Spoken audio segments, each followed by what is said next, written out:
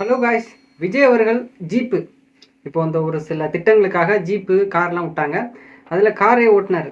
அதை பற்றியும் Marxist communist அவங்க வந்து ஒரு அறிக்கை விட்டுருக்காங்க. இது போல் அதிமுக வந்து உங்களோட கூட்டணி வந்துச்சு, தாவேக்காவோட நாங்கள் எங்களோட நிலைப்பாட்டை மாற்றிக்கணும்னு சொன்னாங்க.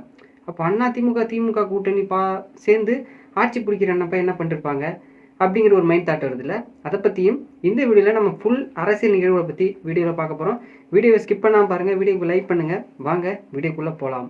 இப்போது இந்த கரூர் சம்பவம் நடந்ததில்ல, அது வந்து எப்போ நடந்தாலுமே கரூர்னு சொன்னால் 40 பேருக்கு மேலே உயிரிழந்தது. அதுதான் கூட்டம், நெரிசல், உயிரிழப்பு. செந்தில் பாலாஜி ஒருவர், விஜய் அவர்கள் ஒருவர். இந்த ரெண்டு தான் அந்த கரூர் சம்பவம். அந்த கரூர் சம்பவத்தை பற்றி இப்போது ஆல்ரெடி சொல்லியிருந்தாரு. நாங்கள் ஆட்சிக்கு வந்தால் இதை கண்டிப்பாக ஒரு விசாரணை பெரிய அளவில் நாங்கள் மாற்றத்தை ஏற்படுத்துவோம், என்ன நடந்தது அப்படிங்கிற மாதிரி சொல்லியிருந்தாங்க தாவேக்கா சார்பில். அதுபோல் இப்போது ஆன் டைமில் இருந்தாங்கல்ல, கரூர் சம்பவம் நடக்கும்போது ஆன் டைமில் இருக்கக்கூடிய ஒரு சில அதிகாரிகள், போலீஸில் இருக்கக்கூடிய அதிகாரிகள் எல்லாரையும் மாற்றம் பண்ணிருக்காங்க. அதை ஒன்று நான் சொல்கிறேன். First of all DSP Selvaraj அப்போ ஆன் டைமில் இருந்தவர் இப்போ வந்து பணியிட மாற்றம் தூத்துக்குடி சமூக நீதி மற்றும் மனித உரிமை பிரிவுக்கு மாற்றிருக்காங்க. அதே போல் இன்ஸ்பெக்டர் மணிகண்டன் காவலரும் டிரான்ஸ்ஃபர். அதே போல் மொத்தம் 10 இன்ஸ்பெக்டர் தெற்கு வடக்கு மண்டலத்துக்கு வந்து டிரான்ஸ்ஃபர் பண்ணிருக்காங்க. மேலும் தனிப்பிரிவு போலீஸில் 6 பேர் மாற்றம்.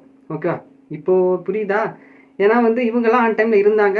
ஒரு இன்வெஸ்டிகேஷனில் எல்லாமே ஐ திங்க் வந்து எந்த கவர்மெண்ட் இருந்தோ அதுக்கு சாதகமாக தான் இருப்பாங்க அப்படின்னு சொல்கிறதுனால எல்லாரையும் வந்து சேஞ்ச் பண்ணியிருக்காங்க தாவேக்கா கவர்மெண்ட். மருத்துவம் மற்றும் ஊரக பணிகளுக்காக ஒரு சில திட்டங்களுக்கு கார்லாம் வந்து அறிமுகப்படுத்தினாங்க. அதில் ஒரு 40 புதிய வாகனங்கள் அறிமுக திட்டம் நடக்கும்போது ஆல்ரெடி உங்களுக்கு புரியும், காரு அதனாலே ரொம்ப பிடிக்கும் விஜய்க்கு. அதில் ஒரு ஜீப்பை வந்து அப்படி ஓட்டி பார்த்தாரு. அதை பார்க்கும்பொழுது அப்படியே அதிகாரிகள்லாம் அப்படியே பின்னாடி ஓடுறாங்க. பட் ஆனால் வந்து புதுசாக இருக்குல்ல முதலமைச்சர் கார் ஓட்டுறது அப்படிங்கிறத பார்க்கும்போது உடனே நீ இது தற்கொலை கூட்டத்தில் சேர்ந்தவன் தானே அப்படின்னு சொல்லுவீங்க.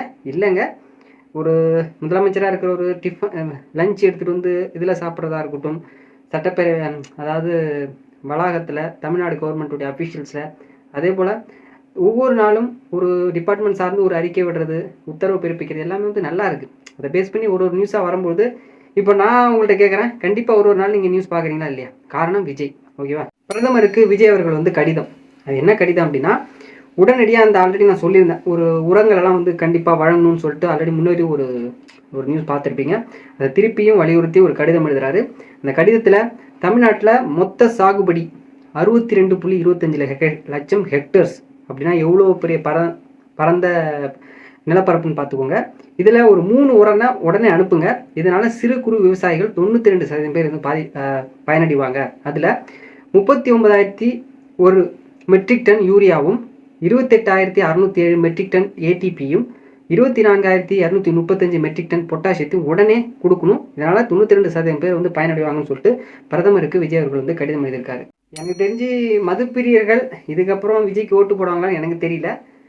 பட் ஆனால் வந்து என்ன நடந்தது அப்படிங்கிறத இப்போ சின்னதாக பார்க்கலாம். ஈரோட்டில் ஓகேவா, செம்ம கூட்டம்.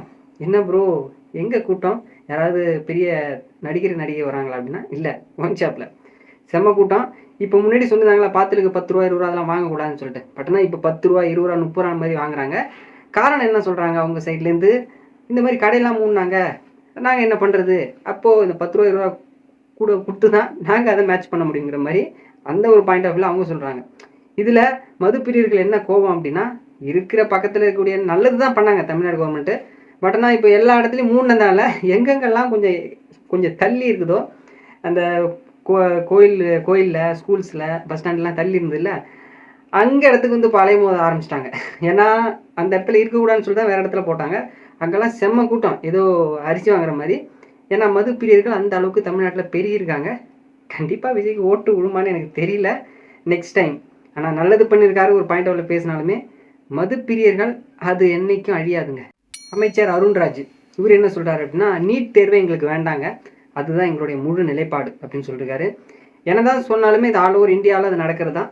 அதுக்கு பெரிய அளவு ப்ரெஷர் போட்டால் தான் அதுக்கு ஏதாவது ஒரு விடை வந்து கிடைக்கும். அது வரைக்குமே நீட்டு அப்படிங்கிறது தொடர் கதையாக தான் இருக்கும். என்னதான் நீங்கள் கடிதம் எழுதினாலும் நீட் வேணான்னு சொல்லி போராட்டம் நடத்தினாலுமே அது நேச்சுரலாக வந்து போயிடுச்சு.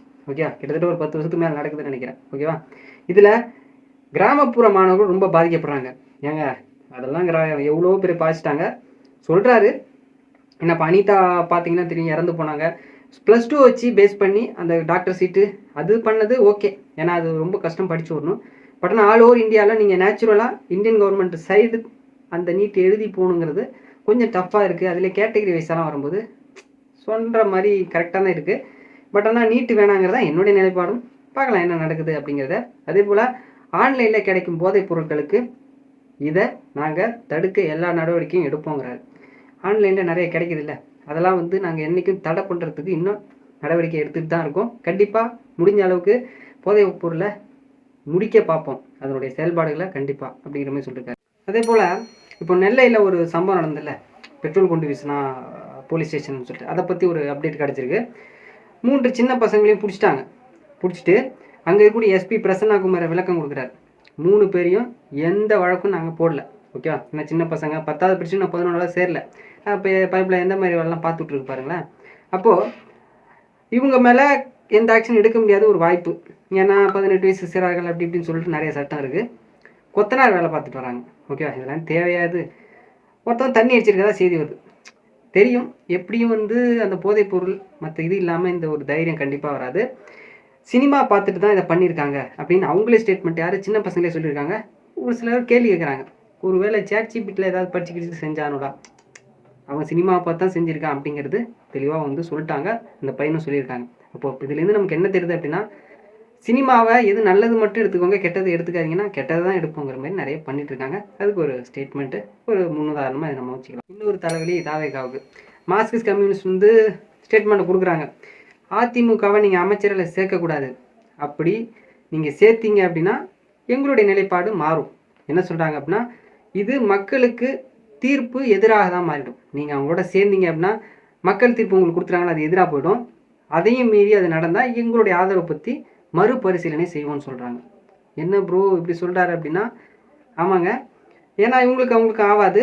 இப்போ என்ன குழப்பம் அப்படின்னா, சிம்பிளாக சொல்லட்டுமா, இப்போது மார்க்சிஸ்ட் கம்யூனிஸ்ட்டு ஒரு சில அந்த விசிகா இந்த கட்சிகள்லாம் ஆதரவு கொடுக்குறாங்களே, மேபி இப்போ அதிமுக கொடுக்குதுன்னு வச்சுக்கோங்களேன், இவங்கெல்லாம் போயிட்டாங்க, இவங்க அதிமுக கொடுக்குதுன்னு வச்சுக்கோங்களேன், திடீர்னு இல்லை அப்படின்னா இவங்களும் முடிஞ்சு போச்சு, அவங்களும் முடிஞ்சு போச்சு. அப்போது அந்த பெரும்பான்மை இருக்காது, மறுபடியும் எலெக்ஷன் வருமா அப்படிங்கிறது தெரியல. பட் ஆனால் இதில் ஒரு சந்தேகம் எனக்கு என்ன இருக்குன்னா, மேபி இப்போ அதிமுக திமுக கூட்டணிலாம் பேசுகிறாங்கன்னு சொன்னாங்களே, அப்போது மார்க்சிஸ்ட் கம்யூனிஸ்ட் என்ன நிலைப்பாடு எடுத்திருப்பாங்க, யோசிக்க வேண்டிய விஷயமா இருக்குல்ல. பார்க்கலாம் நடந்தால் என்ன மாதிரி நிலைப்பாடு இருக்குங்கிறத. மேபி இந்த கான்ஃபிடென்ட் வச்சு மேபி ஆதவர்ஜுனா நிறைய பேர் ஏதாவது பேசுவாங்க. அதுக்கு ஒரு சில அப்டேட் வரும், அதை நான் அடுத்தடுத்து சொல்கிறேன். ஏதாவது அக்னி கிருஷ்ணமூர்த்தி இபிஎஸ் ஆதரவாளரையா, அவர் என்ன சொல்கிறாரு, ஜெயலலிதாவிலேருந்து அவங்கள்ட்டேருந்து கட்சியிலேருந்து பொறுப்புலேருந்து நீக்கப்பட்டவர் தான் சண்முகம். இழந்த பதவியை அவருக்கு வழங்கியவர் எடப்பாடி பழனிசாமி.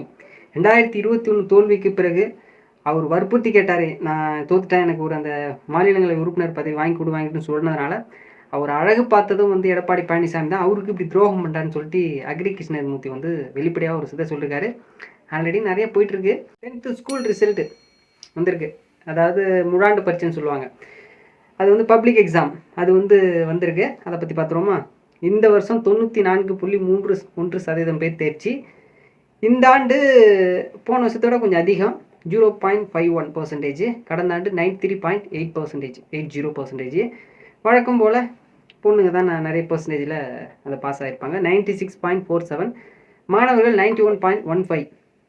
இதில் எதிர்பார்க்க வேண்டியது நம்ம 100% என்ற தேர்ச்சி விதம். அதுக்கெலாம் வாய்ப்பு கிடையாது. ஒரு 100 பேர் இருக்காங்கன்னா அதில் ஒரு 2-3 பேராவது கொஞ்சம் அந்த எனக்கு படிப்பில் இன்ட்ரெஸ்ட் இல்லை, படித்து தான் ஆகணுங்கிற ஒரு இதில் படிக்கிறவங்க அது பாஸ் ஆவாங்களா அப்படிங்கிறது எனக்கு தெரியல. 100%ங்கிறது காணல் நீரை பார்க்குற மாதிரி தான், தண்ணி இருக்கிற மாதிரி இருக்கும், ஆனால் ஒன்றுமே இருக்காது, அந்த மாதிரி தான். எனக்கு தெரிஞ்சு இப்போலாம் ரிசல்ட் வரதெல்லாம் 94, 95 கூட எல்லாருமே பாஸ் ஆகிறாங்க, அடித்து விட்றாங்க எல்லாரும் சென்டம் சொல்லிட்டு. நான் படிக்கும்போதெல்லாம் அப்படி கிடையாது, நிறைய பேர் சென்டமே எடுக்க மாட்டாங்க. இப்போது அந்த பாடத்திட்டங்கள்லாம் அந்த மாதிரி இருக்குங்கிற மாதிரி நான் கண்ணோட்டத்தில் பார்க்குறேன். இந்த இதுலேருந்து நம்ம தெரிஞ்சுக்கிட்டது என்ன அப்படின்னா, அரசியலில் எது வேணாலும் நடக்கும். இன்றைக்கி பேசுகிறவங்க நாளைக்கு மாற்றி பேசுறதுக்கான வாய்ப்பும் இருக்கும். இப்போ மார்க்சிஸ்ட் கம்யூனிஸ்ட்டே இந்த மாதிரி சொல்கிறாங்க, நீங்கள் அதிமுகவோட கூட்டணி வைக்கக்கூடாதுன்னு சொல்லிட்டு. மேபி அதிமுக திமுக கூட்டணி வச்சு ஆட்சி பிடிக்கலான்னு சொல்லிட்டு இபிஎஸ் சொன்னார், சண்முகம் ஒத்துக்கலான்னு சொல்லிட்டு அந்த கான்ஃபிடன்ட் போச்சு. அப்போது மார்க்சிஸ்ட் கம்யூனிஸ்டோட நிலைப்பாடு எப்படி இருக்குங்கிறத உங்களுடைய கருத்தை வந்து கீழே வந்து பதிவு பண்ணுங்கள். வீடியோ பிடிச்சிருந்தா லைக் பண்ணுங்கள், ஷேர் பண்ணுங்கள். நெக்ஸ்ட் வீடியோ பார்க்கலாம். தேங்க்ஸ் ஃபார் வாட்சிங்.